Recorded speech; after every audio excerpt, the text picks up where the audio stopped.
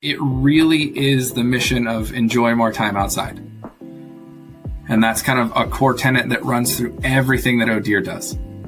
And so that's what we want for people. We want them to be able to be outside, to get, that sunlight exposure, things along those lines, shake hands, kiss babies, but in real life.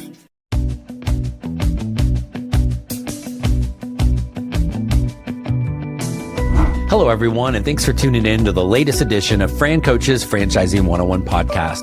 I am Tim Parmeter, founder and CEO of FranCoach and your podcast host. Today, we're going to welcome in one of our franchise partners to discuss their brand. Today's featured franchise is an emerging franchise, growing at a very smart, responsible pace. In case you missed the one we talked about last week with some grains and not doing that. But this franchise has a very, very simplistic recurring revenue model, low overhead, and very scalable.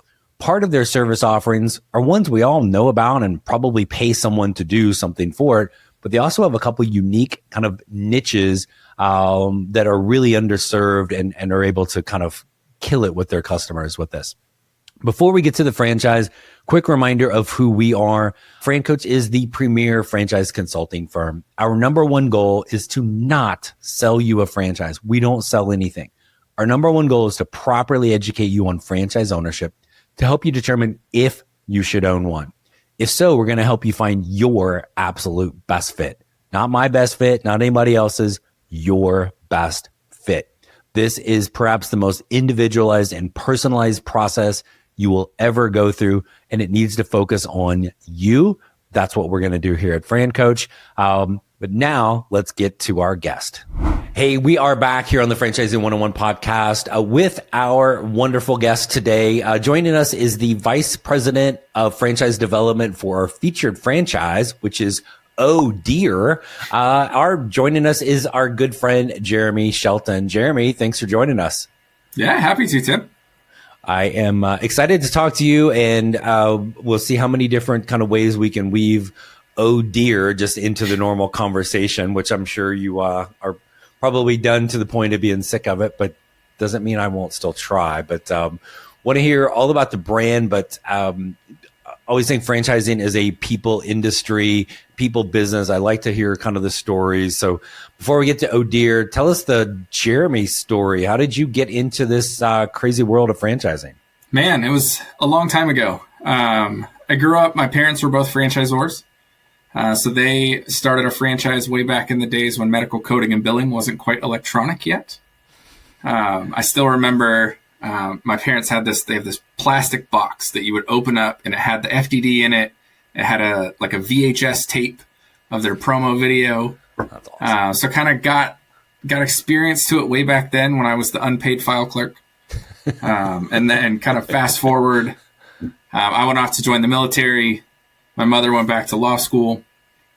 We both kind of ended that at about the same time. She started her own firm, and I was her first, in the beginning, unpaid marketing intern. And so we'd go out and find franchises or find businesses that could be franchises. It kind of started out there. And then from then I've been kind of all throughout franchising, on the franchise development side, franchisor side.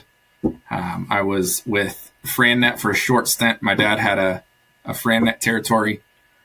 So I've been in franchising now for, 16 years. Gotcha. And in some way, shape, or form, kind of your whole life, right? So, yeah. And you kind of slipped in the other. I did not know about you. You were in the military. What branch were you in? Army. Thank you for your service. My pleasure. As you well know, that background translates really well to franchising. Been in this a while, and you mentioned kind of your propensity for unpaid gigs. If you need another one, let me know. We got a spot for you here at FranCoach. Tell us a little bit about OhDEER. So right off the bat, what the heck is OhDEER? What are the services? And talk a little bit about it from that standpoint. Yeah, so OhDEER, we're a home services company. We started back in 2007.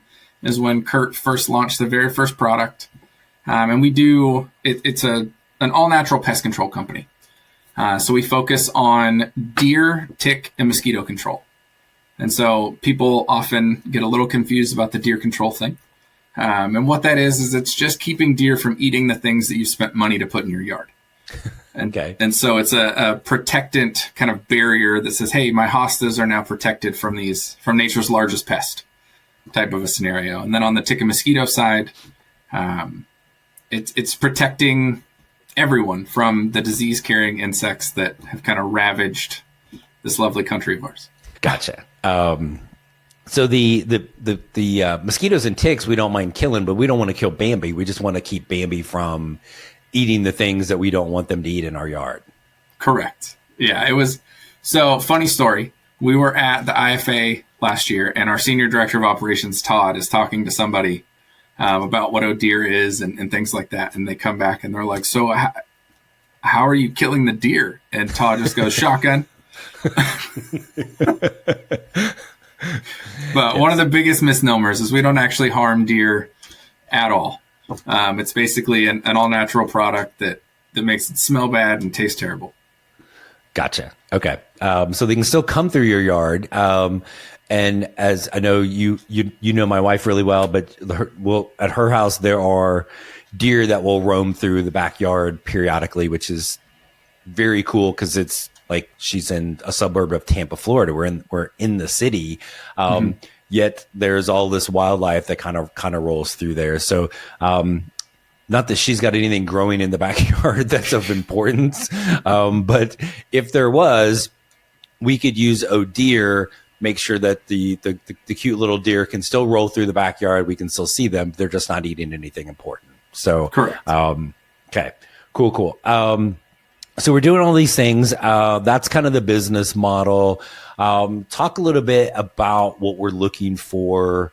I guess right off the bat, there's sometimes this misconception in franchising that the owner is always the doer, always has all this background and experience in pest control or whatever. Is that the case for you guys? What are some of the things that you're really focused on?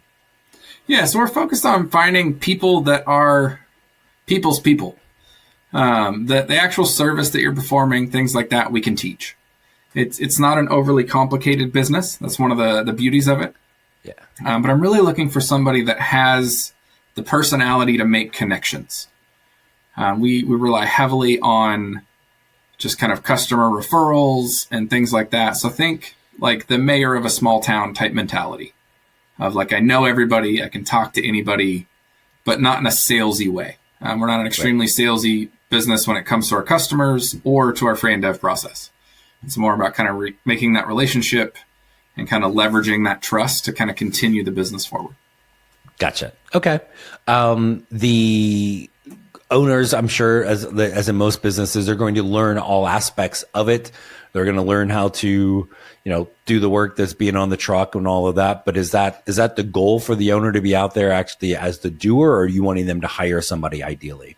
So the way that we've kind of structured everything is we want owner operator only. So we don't even make a semi-absentee claim at any point in time. But the first kind of 8 to 12 months, we want that franchisee to kind of know what their business is on an intimate level. At the end of that 8 to 12 months, they're going to figure out which part of their business that they like and which part that they want to hire out for. And then we highly encourage them to hire out for that. When we look at the business, we're really looking for people that want that intimate understanding of the business, but also want to build an empire. Our largest franchisee is operating 25 trucks, a ton of employees. He's not out there spraying every day. Yeah. And so we want somebody that has that future mindset of like, okay, I'm doing this today so that I can be a better empire builder down the road. Gotcha. Okay. Talk a little bit about that. Cause there's, I think as you're saying, hey, we want somebody really heavily involved early, can kind of make somebody go, oh, I don't have any room to grow. Yet we've got somebody who started that way and now has 25 trucks. Mm-hmm. What are some of the things you guys are doing as a franchisor to help people understand that timeline of, hey, here, maybe in that first year, be really more active, be out there doing some of the jobs, but here's how we get you to 25 trucks. Yeah. So great question. We do a lot of things early on with the franchisees to help them realize what they need to do to get there. We do that kind of threefold. One is our senior director of operations is helping them really understand from day one, budgeting, forecasting, making those goals, how to track whether you're on pace for that goal or not. And that goal is unique to you. If you as a franchisee are like, hey, the first 2 years, like I want to grow a little slower, I'm not ready to build that empire yet, then we're going to make goals that kind of align with that. Then on the marketing side, Brian is going to work with them on like, hey, here's how many customers you need. Here's the conversion rate you need to hit in order to meet this goal that you've kind of created with Todd. And then we also do a mentorship program where those franchisees are working directly with another franchisee. And so that other mentor franchisee is leaned into that whole process as well. It's just kind of like a checks and balances of like, hey, in order to really get there, oh, nice. I've walked this road. I've done this. Have you considered this guerrilla marketing technique? Or, hey, you're focusing on something that seems really important today, but it's actually not important to your growth type of a scenario. And just kind of, we have all three of those approaches to kind of help them reach their goals. Awesome. I love it. And you talk about the kind of those marketing goals and the metrics that go with that. It's not just you should probably spend this amount of money. It's being able to go, this is how many customers you want. The conversions from all the historical data to know this many customers, you need to be spending approximately this amount of money. Is that kind of how that works? Yeah. Yeah. So we have all of that data. We do a really good job of knowing who our customer is on a pretty intimate level, and how to target them. More secret sauce things about OhDEER is that intimate knowledge of who that customer really is, because we do need to know who that customer is, since we're not one of the mosquito brands that has it in the name. So we rely on education and kind of just knowledge of who we are in order to get out there and get those customers in. So we do a lot of tracking and things along those lines. Is it a truly different customer than, again, there's 5,000 franchises that just say the word mosquito in it, right? I might be exaggerating slightly, but I don't think much sometimes, right? So is it truly a different customer, or what's that look like? So I would say it's different buying signals between customers. So when we're out there looking for a customer, they really care about a few things. And it's enjoying more time outside. It's that it's all natural. It's safe for them, safe for their pets, those sorts of things. And so those are the people that we target primarily. We typically tend more towards larger homes, larger yards, things along those lines, just because of the difference in how we spray. And so it's really just kind of getting granular and targeting those people, the people with kids, the people with dogs, the people with, the little bit more disposable income, that type of a thing. And so we don't really compete with a lot of the other brands because of those slight variations and kind of who our customer is versus kind of the customer that we typically see head over that direction. Gotcha. Is there anything from a geography standpoint that is better or worse for OhDEER? I would say we're typically suburban and suburban adjacent. None of our territories are downtown territories. And so we look for those areas that have a little bit more green space, that might have a little bit more water nearby, those types of things. Because it is an all-natural product, we don't experience as many of the aquatic setback requirements and things like that chemical companies do. And so we try and find those areas that are just universally good for the brand. We kind of target those first.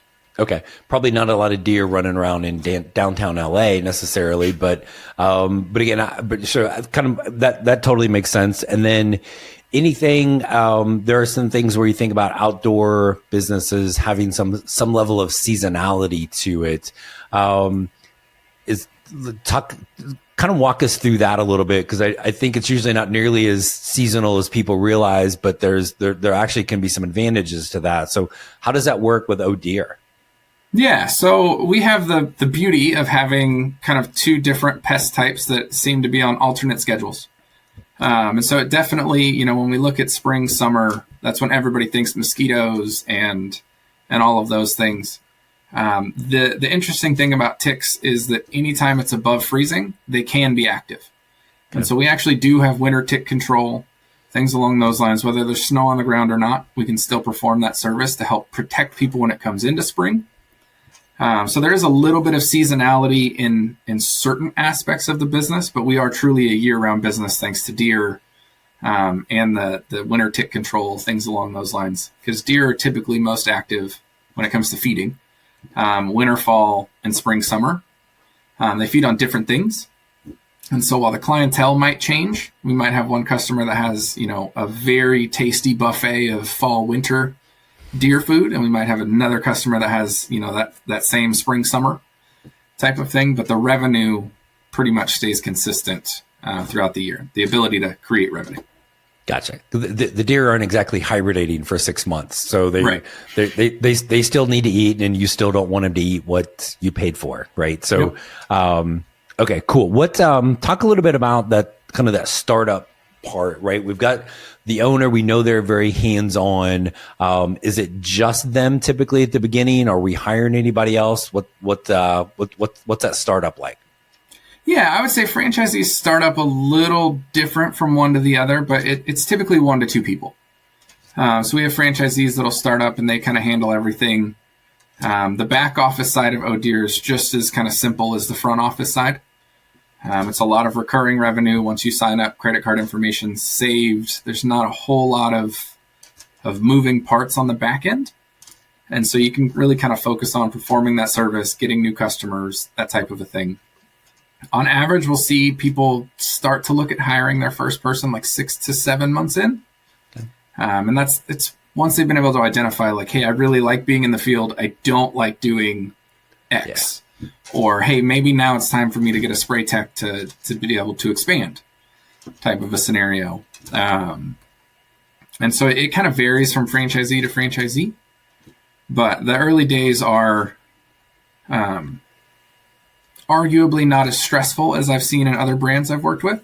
Right. But they're definitely still chaotic. Like, I don't want to make a claim that this is too easy. It's so easy, right? Just kick your feet up and let OhDEER make you millions. Not gonna happen with this. And I think you touched on one of the beauties of franchising. It's like you're the owner. Do what you want to do, right? And as you get in and you're touching all aspects of the business, if you're sitting there going, I like doing this, not so much that, guess what you're going to hire for? That you don't want to do, and then be able to kind of grow from there. And then so we, I'm guessing we don't need we're certainly not a brick and mortar retail thing. Do we need an office or anything, or can this really be kind of a home-based business to begin? Yeah, it is home-based business for sure. The only thing that you really need as far as way of storage is we need a place to store the product. And so that comes in barrels as small as like 20 gallons, so it doesn't take up a huge amount of space. If you have a garage or a shed, something along those lines, that works perfect. And then a space to park the truck. And as long as you have those two things, then there's really nowhere that you couldn't get started. Yeah. Obviously, as you grow and continue to build that empire, we do have franchisees that have full-blown shops and things along those lines, but that's all part of that kind of growth plan. Yeah. Well, I was going to say, your owner that's got 25 trucks out there, that's probably not still home-based. He's got, he or she's got some sort of physical location for all the stuff, right? For sure. The kind of funny thing is it is technically home-based because he bought a property that has a house on it that he converted to his office. But it is very much so a commercial space. Gotcha.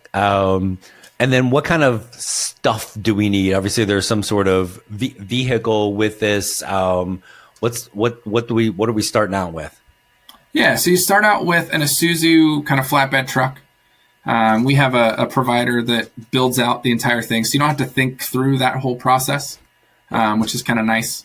But that truck's going to have a 500-gallon tank on it for the tick and mosquito spray. It's going to have a 100-gallon tank on it for the deer control, and all of the other equipment that comes with that. And so the backpack sprayer for the deer control, all the pump equipment, extra gas tanks. We get pretty granular with what's in that truck, as well as like a small tool bag and other things, so that the franchisees don't have to go and figure out some of this stuff on their own. Yeah. And that all just kind of gets delivered to them at training. Gotcha. Essentially, like here's your startup package. Don't think about it. Just like it's coming, right? So, and then you'll talk to them. Part of that goal setting, I'm guessing, is the metrics of, hey, when you get to a certain number of customers, now it is time to add that second or that next truck, probably that next kind of technician. So really kind of taking the guesswork about of all of that, correct? Yes, 100%. And it really is aligned with what their goal is. And so we get some franchisees, like I said, in that are like, oh, we want to get to 3 trucks as soon as possible. And it's like, okay, well, we'll set that goal. Here's the marketing dollars you need to spend. Here's the conversion rate you need to hit. And here's, the runway that you have in order to order the truck to make sure that there's not any hiccups along the way. Right. They don't just have like hundreds of these trucks sitting around fully stocked. It takes a little time to get that, but but you've hit on this a couple of times, and I think it's really important for people to understand is OhDEER isn't, if I come in as a franchise owner, OhDEER isn't telling me, Tim, your goal is this and you need to do, like, it is really collaborative because I am the owner. And if I say, hey, I think 1 is enough for me forever, great, that's what it looks like. Or if it's the one like, no, the person has 25. How do I get to, like, I want to kick his ass at some point. How do I get there? Right. You guys can kind of help really formulate that plan. But at any point in time that changes, I want to ramp it up more, or I want to kind of status quo it. You guys aren't breathing down my neck to go, I don't know, Tim, you said your goal was this, or we're dictating that. It's really collaborative, but it's that owners kind of driving it. You guys are helping them get there, essentially, correct? Yeah, that is completely correct. And sometimes it's a double-edged sword even for us. We don't have any minimum sales requirements, anything along those lines. The only thing that we have that's kind of set in stone is a minimum marketing spend. And as long as you're meeting that marketing spend, then and you're running your business and you're kind of in compliance with the franchise agreement, obviously, then we're just going to keep helping you get to whatever your goal is. Yeah. And part of the beauty of the subscription model is I'm going to guess the customer retention is through the roof for this. So get the customer, show up and do what you say you're supposed to be doing. You've got a customer for, maybe I'm being too exaggerating with customer for life, but they're going to be with you for a long time from that standpoint. But you're always spending the marketing dollars because you always want to be able to be able to grow with that. What are some other things that maybe owners are doing locally to drive traffic and get some new customers? Yeah. So one of our favorite things is we have what's called the TIC program. So it stands for Take Initiative, Check Kids. And it's an opportunity for franchisees to go out and find local preschools that obviously have their target demographic attending, right. But they're providing a free service to that preschool. And so they're providing a free tick and mosquito spray. But we have coloring books, temporary tattoos, stuffed animals, all kinds of stuff that we're leaving behind with those kids. So that hopefully that makes it in the way of their parents' hands, obviously. Right. But it's a really fun experience to go out, and most of the preschools are allowing some sort of education to go along with that. Cool. We also do a very similar thing called TIC9, which is for canines. So identifying local, either like doggy daycares or something along those lines, to just get in front of the more vulnerable parts of our population that don't know how to check themselves and protect themselves, type of a thing. Yeah. But also to get in front of the people that are spending money on that part of the population. Gotcha. No, that's super cool. And I think anytime you can do something that's fun and helping the kids. And again, like I'm sitting here on your temporary tattoos. You should be bringing those to franchise conferences, I think, in the future, and see how many people you can get rolling around there with an OhDEER temporary tattoo. For sure. So, talk a little bit about maybe other things, from a support standpoint. Talk about things from the marketing, that all the kind of that one-on-one attention from goal setting and kind of like having that mentorship program is fantastic. Anything else that maybe we haven't talked about support wise that you're like, oh man, we are great at helping people with this? What would that be? I would say just overall communication of where they're at, whether that's peer to peer or from us to them. We have a monthly franchisee call that is very much so geared towards, in the beginning, because we are selfish, we are franchisors. We tell them what we want to tell them first. Right. But then it's opened up to them of like an open forum of like, hey, this is a round table now. If you have any issues, anything you want to talk about, let's kind of discuss that. We also do a weekly kind of newsletter with updates. And that can be anything from, franchisee X did this wonderful thing that we want to share with you, or they got this review that was really cool. We also have our annual event. So we bring everybody out, get together. That's not unique to us, though. That's pretty much every franchise. But I would say mostly it really just is the individualized attention of, what do you need? How can we help you? Yeah. That's kind of how we view the whole franchise, is that, yes, it's the OhDEER brand, and we technically own that. But without our franchisees, that brand would still be a single location. And so it's all about them. Yeah. I think one of the hidden things from a support standpoint, and as you know, not every franchise is great at this, is really kind of fostering that collaboration with owners, right? Like, I don't care how great your training and support is from the franchisor standpoint, nobody knows it better than other owners, right? And you're talking about that from a mentorship program and really creating that environment where they can communicate with one another. I don't ever think we talk about that enough in franchising, probably because some brands don't do it or aren't very good at it. But to me, it's super cool that you guys are really from the get-go doing that. I think we all know that franchisees are going to talk to each other regardless. Right. And so why not create the space for that to happen, rather than just try and react once it does? Right. Kind of help control the narrative and the hopefully the things are from, there's always going to be negative stuff. I mean, folks, like if you're a franchise owner, like, what's going to hit the fan at some point, something's going to go wrong. It's not all rainbows and unicorns or friendly deer, right? Like there's stuff that's going to go wrong, but making sure that it can always be like, hey, yes, but here's the positive twist to it. This is how you work through it. I've been there. Let me show you how I did that. And again, you guys from the top down are really making sure that happens, which is fantastic. You're still a relatively small brand in the grand scheme of things. Mm-hmm. What's the plan from the franchisor standpoint? It's easy to have one-on-one attention, right? It's like being in a college class and there's 20 people. Well, man, I got to pay attention because that professor is probably going to actually know my name. I'm in a big hall with 500 people. Like, who cares? How do you keep that individual component as you guys grow? I think a lot of that is through the mentorship program, because no matter how large we grow, if that new franchisee coming on board is getting individualized attention from somebody, then that support is still going to be there. We've talked a lot about it internally, about what we want our metrics to be as far as how many franchisees per franchise coach, those types of things. And so we're very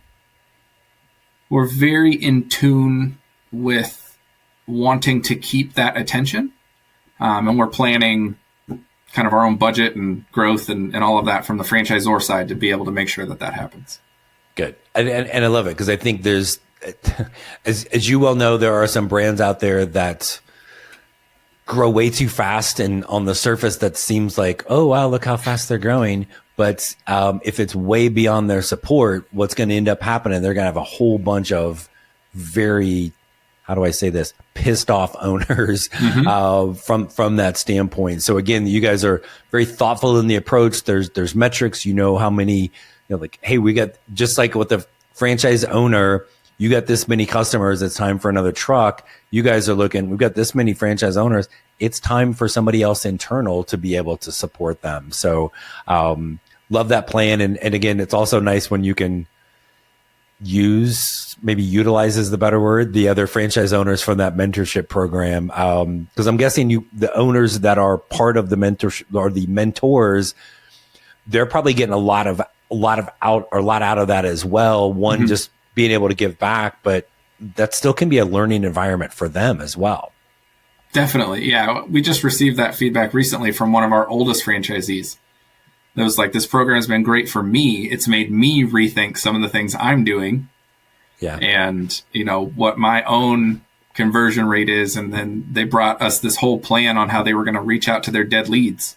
And it's like, wow. Okay. Like, nice. You've already built a strong business, but even you're realizing through this mentorship program, they're like, hey, there's more I could even be doing. And so, it definitely has that. A circular benefit. I want to throw one last thing at you, and again, trying to be respectful of your time, and thank you for all the stuff on OhDEER. Anything else that we haven't talked about that you really want to make sure folks know about OhDEER? That we're really picky. We're not, as you mentioned, we're not that brand that's going to, you're not going to see a record of OhDEER expands by 300 units in this one single year. And thank you for that. we're looking for the right people that are going to maintain the culture and kind of maintain the status quo that we have now, but be able to kind of replicate success over and over again still. We'll sign a handful of units this year, but we'll deny probably 3 times that many. And it's from the top down, and it's been really refreshing from my FranDev perspective to know that the owners of this company are wanting to replicate kind of the lifeblood of what created it, not just accept another contract and things along those lines. The other thing is just that it really is the mission of enjoy more time outside. And that's kind of a core tenet that runs through everything that OhDEER does. Yeah. And so that's what we want for people. We want them to be able to be outside, to get, that sunlight exposure, things along those lines, shake hands, kiss babies, but in real life. Right.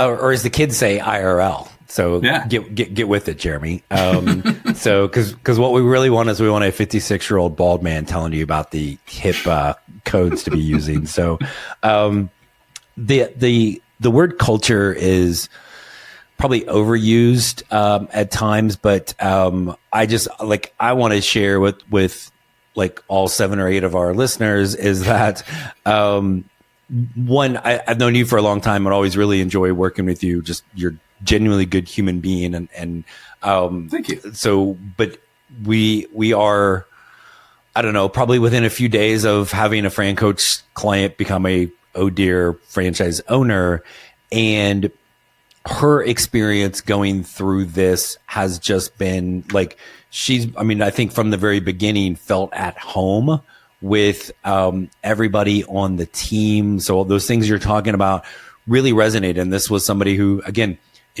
greatly enjoys the outdoors, right? Didn't want to be overwhelmed with big or pushy or anything like that. Really wanted to feel kind of like have that family component to it. And there may be somebody listening out there and is like, oh, I don't want to I don't go outside. I don't want to like people, just give me the business and get out of my way. Well, that's fine. There are those out there who will help you find it. But again, you guys aren't just saying that. And it's one thing for you to say it, like it's your job to say it basically. But I wanted to share with everybody from my experience and somebody that she doesn't know this yet, but I will bully her into being a guest on the Franchising 101 podcast to kind of share this journey. Just fantastic. Everything you're saying is you're probably underselling that family focused culture, being picky, trying to make sure that you're really getting that right partner in there versus just, can you fog a mirror and can you pay the franchise fee? And there are brands out there like that, and thank you guys so much for not being one. So I just wanted to kind of share that from our experience as well. So keep keep doing what you're doing. You and I well know the ones that are not doing things the right way, and so I appreciate you guys for being there. So, and thank you again for taking some time to come on here and chat with us about OhDEER. Awesome. It's been my pleasure. Thanks so much, Jereme. And hopefully we've got a little more OhDEER coming here in the next month or so with somebody as a new franchise owner. So let me knock on wood and not jinx that, but should be good. So thanks so much again for coming on, Jereme. All right. I want to thank everybody for joining us today. And of course, Jereme Shelton from OhDEER. We hope for all of our loyal podcast listeners that the Franchisee 101 podcast continues to provide some insight into the amazing possibilities that can be achieved as a franchise owner. Be sure to check us out, all of our social media things, wherever you get your podcasts. If you haven't, do us a little favor, give us hopefully a 5-star review somewhere in there. Follow us, subscribe to us. Don't forget about our new and improved YouTube channel. Does have our podcast there. It's got our Franchising 360 TV show there, and a whole bunch of other things. And when you are ready to learn more about franchising, check us out. We are at FranCoach.net. The Franchising 101 podcast equals FranCoach. We are here. There's never any fee for our service. When you're ready to learn more to see if this might be the path, we are here to help you create your better tomorrow. Thanks for tuning in, and we'll see you next week.